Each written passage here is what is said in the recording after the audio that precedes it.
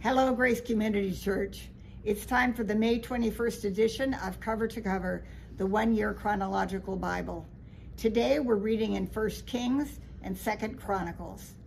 In yesterday's reading, early in Solomon's reign, God promised him wisdom, or more specifically, a wise and discerning heart, so that there never will have been another like you, nor will there ever be. In today's reading, we see the results of that promise, the famous story of who gets the baby. At first, Solomon's calling for a sword implies something terrible will happen. But often, like God's answers to problems, what seems wrong is proved right by time.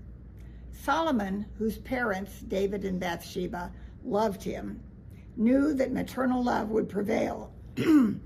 His action shows that Solomon knew how to administer justice, a skill which would in time benefit the people of Israel. He also understood human nature, here embodied in the selflessness of the true mother, and that understanding was a part of God's keeping his promise of wisdom.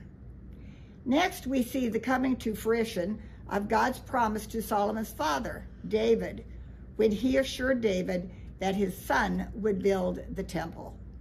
But we also see Solomon's own leadership abilities. The building of the temple occurred at a time of peace when Solomon showed his political skills, allying himself with King Hiram of Tyre, who was a great admirer of David, but a ruler whose religion followed the ancestral gods of Tyre. Hiram provided needed building materials, cedar, cypress, and gold.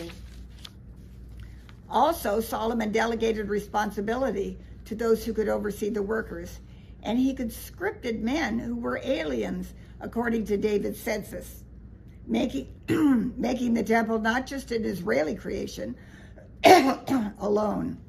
Then when the temple was finished, God promised Solomon that if Solomon followed the statutes, just as David had told him to do, then God would dwell among the Israelites. Solomon not only paid attention to the smallest details in his devotion to God and his determination to give God glory, but he also followed David's instructions, thus showing respect to both his father and to God. His use of foreign expertise as far as the building of the temple went shows that Solomon was still humble enough to realize that others had more skills than his own workers, and he used that God-given wisdom to create what he planned to be a permanent, glorious structure. The detailed description of temple materials and furnishings tells us that nothing was too good for a place to be built to honor God. The outer courtyard where people came to worship was a beautiful and sacred space, and the inner part of the temple where the priest went was a reflection of God's glory. Our reading ends with the descriptions of the buildings of the temple in detail. So why all the specifics? All these details can't help but put pictures into our minds, pictures of the luxuriousness of Solomon's temple. That description is superimposed onto the previous description of the wandering Israelites carrying a portable tabernacle and setting it up only to tear it down again when it was time to move on. What a difference.